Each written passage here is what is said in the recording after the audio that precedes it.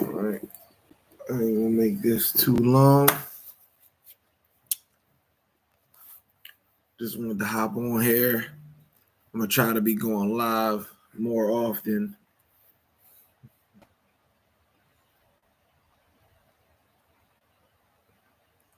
I wanted to hop on here and talk a little bit about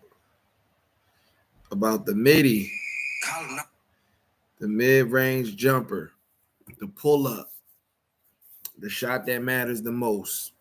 As Kobe Bryant say, it's the only shot that really matters.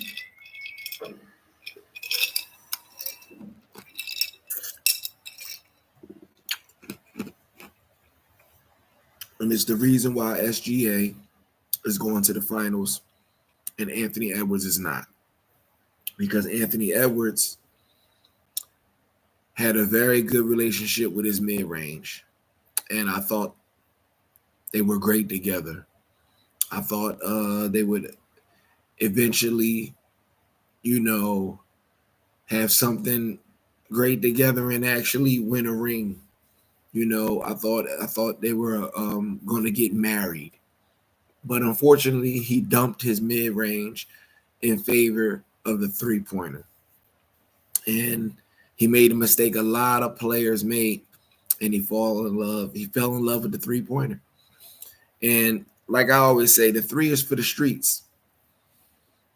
These threes is for the streets. You got to have that mid-range if you really want to win a championship, and you're made in the mold of a Michael, a Kobe. You understand? You have to, it might not sound fair, but you got to do it the way they did it. I know you're your own player, but you obviously fell in love with Steph Curry's style of play. So, in my opinion, should have fell in love with Michael Jordan's style of play and emulated him, and that's how you get it done. You understand? The mid-range shot is the number one weapon for the playoffs. The three-pointer is for the regular season. It's for entertainment. It's to get the numbers inflated. You understand?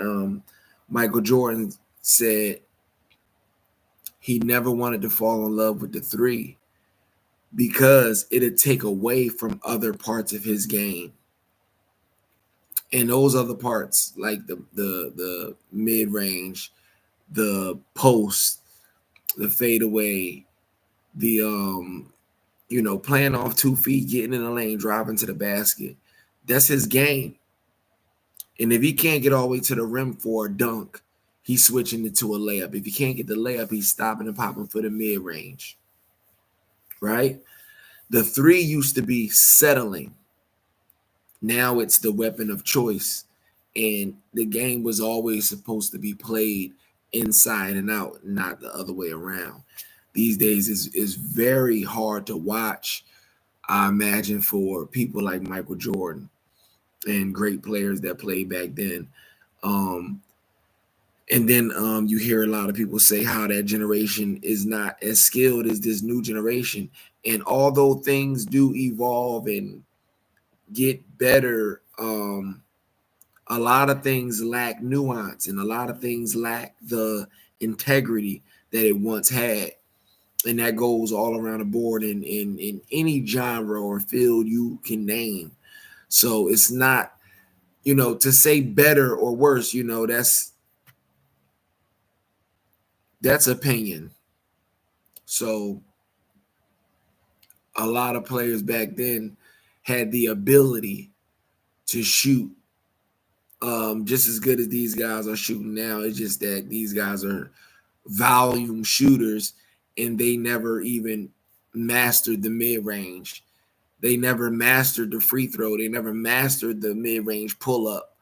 They never really mastered their touch like that. But if you give them, 8 threes, three-pointer attempts, 6 of them wide open in a game, then they can hit 3 of them, on a good night and be a good enough three-point shooter to be called a 3-and-D guy or something like that. That's just the day and age we playing in right now.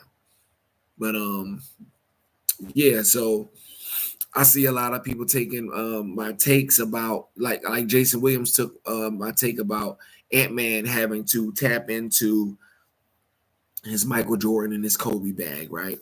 Now, I had a few people hit me about that, but is it still in my take or is it just stating the obvious because he's a smart guy that knows the game?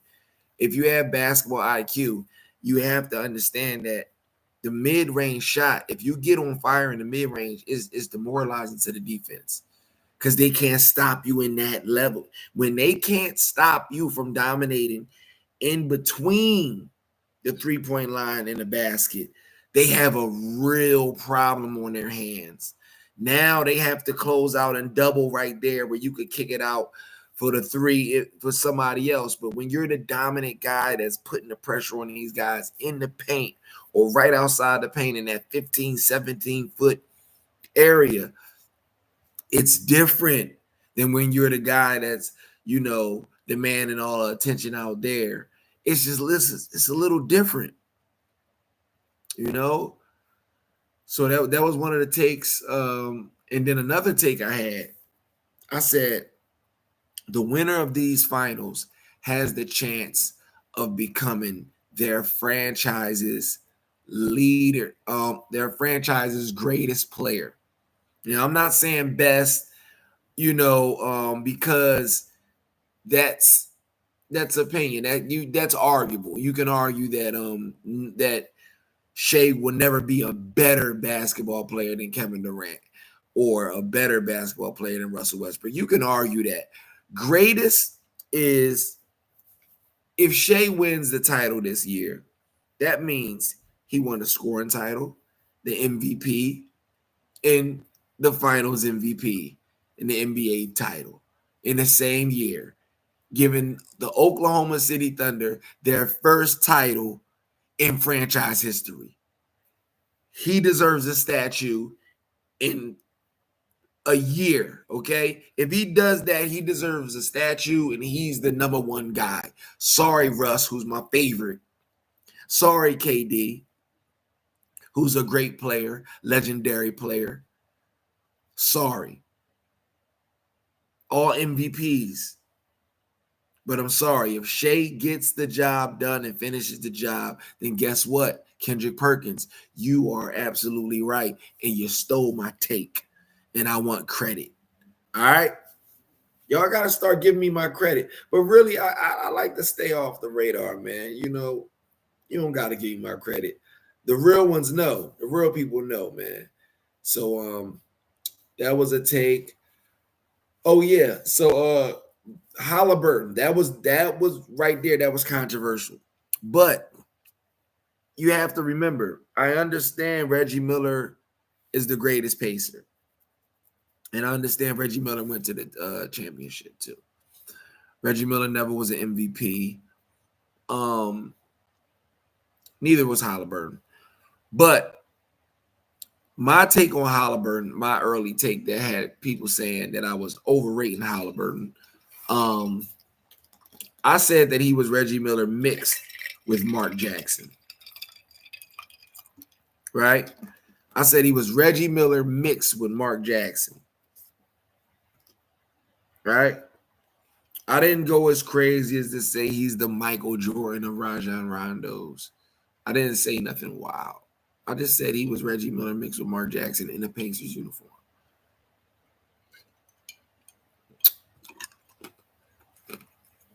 People looked at me like I was crazy. Now they see months later what I was talking about. He can get on fire. He's clutch. He can get his teammates involved.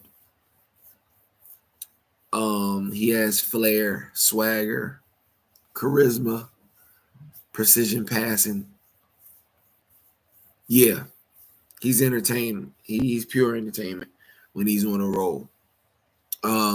If he wins the title this year, already with this run, he would be at least on his way to being the greatest pacer of all time.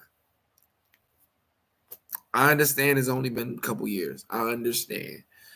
But this is just the way it works with when you're talking about the greatest in franchise history. Jalen Brunson has a chance to be the greatest in the Knicks uniform. I understand Walt Frazier. I understand your boy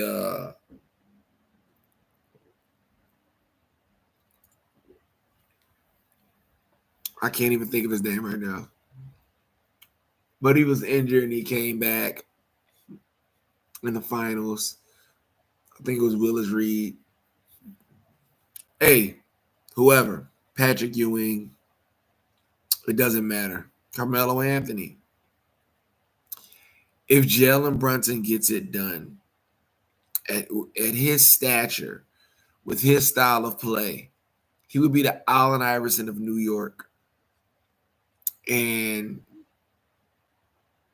he would be their greatest Nick. Yeah, he would be. Yep. Um and of course Ant-Man would have been the greatest, Timberwolf. But they're out of it, and that was what my post said, that they all had a chance to be the greatest in their franchise. And yeah, just so y'all understand, man, the greatest in your franchise. If you play for the same franchise, the criterias are different than when you're just comparing a player with another player if they didn't play for the same franchise. Now you compare them, whether they're, who you compare the numbers, who had a better career, who was more skilled. Like you can compare according to your criteria. But when it's a franchise debate, the criteria is very, cut and dry. How many titles did you bring the organization first and foremost? What was your contributions to the organization? It's organization first. So individual achievements don't trump the organizational impact. You understand? When you're talking about franchise players and comparing them. So,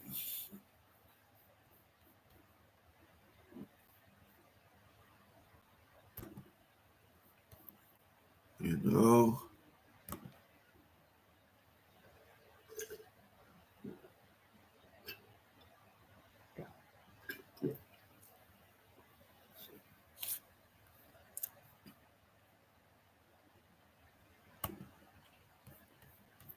oh man, let me get back here. Hold on now.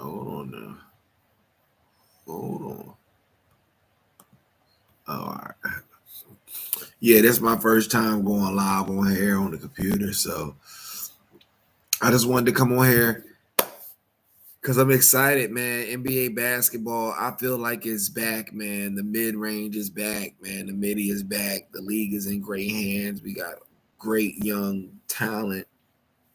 And we're going to have a lot of it's interesting to see how it's going to play out in the regular season because it's just it's entertainment. We already know the first half of the season all the way up into the in-season tournament is going to be all about seeing the free agents get acclimated, the free agents and the new trade players get acclimated to their new squads and the new look, these guys and the new look, these guys and the new look. We're gonna see new faces in new places. That's gonna be very interesting. And then they're gonna play the in-season tournament. Then right after that, we're gonna have things like the trade deadline, and we're gonna have new big trades and stuff like that. And then, but during all this, we have to be entertained by basketball, and it's not going to be a lot of mid-range. It's going to be a bunch of threes again. Everybody want to get their numbers. I just want people to remember that in the playoffs, you're gonna need the mid-range. So teams with the players that shoot the mid-range shots, put them in the game in the playoffs. It's not entertaining in the regular season. I get it. But y'all gotta stay ready. Somebody gotta be the Sean Livingston. If everybody want to be Steph Curry, somebody gonna have to be the Sean Livingston. You understand?